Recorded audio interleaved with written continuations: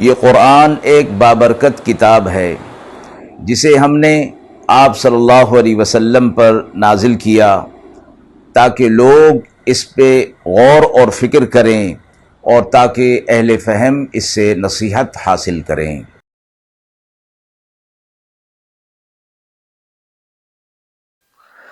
بسم اللہ الرحمن الرحیم۔ السلام علیکم ورحمۃ اللہ وبرکاتہ۔ ناظرین کرام، درس قرآن مجید کے آج کے اس پروگرام میں ہم سورۃ الکوثر کی تفسیر موصول شدہ سوالات کی روشنی میں کریں گے۔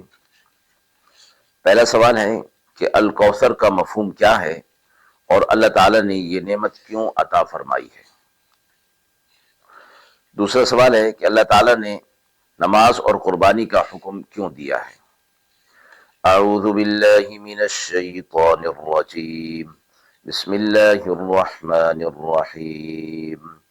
انا اعطیناک الکوثر فصل لربک وانحر ان شانئک هو الابتر۔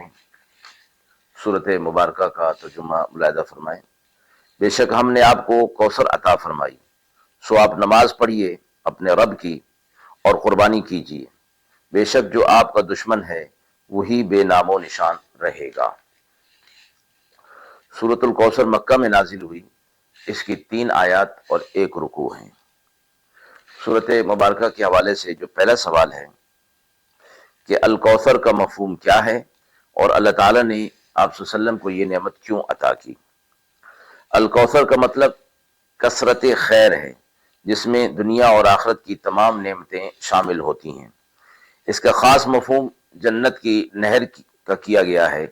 اللہ تعالیٰ نے یہ نعمت نبی کریم صلی اللہ علیہ وسلم کی تسلی اور ان کے بلند مقام کو ظاہر کرنے کے لیے عطا فرمائی ہے، خصوصاً اس وقت جب قریش کے کفار آپ کو ابتر، یعنی وہ جس کی نسل نہ چلے، کہہ کر طعنہ دیا کرتے تھے۔ مذکورہ مفہوم کے حوالے سے جو حدیث مبارکہ ہمیں ملتی ہے، رسول اللہ صلی اللہ علیہ وسلم نے فرمایا، الکوثر نہر فی الجنہ حفتاہ من الذہب ومجراہ علی الدر والیاقوت تربتہ اطیب من المسک وماؤہ احلی من العسل وابیض من الثلج۔ الکوثر جنت کی ایک نہر ہے جس کے کنارے سونے کے ہیں اور پانی موتی اور یاقوت پر بہتا ہے۔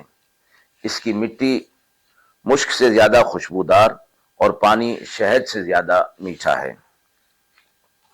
اللہ تعالیٰ کی نعمتوں پر شکر ادا کرنا تمام انسانوں کی ذمہ داری ہے، خاص طور پر جب مشکلات میں اللہ ہماری تسلی کے لیے راستہ بناتا ہے تو ہمیں صبر اور شکر کا مظاہرہ کرنا چاہیے۔ دوسرا سوال ہے کہ اللہ تعالیٰ نے نماز اور قربانی کا حکم کیوں دیا ہے؟ نماز اور قربانی اللہ کے ساتھ اخلاص اور توکل کا اظہار ہیں۔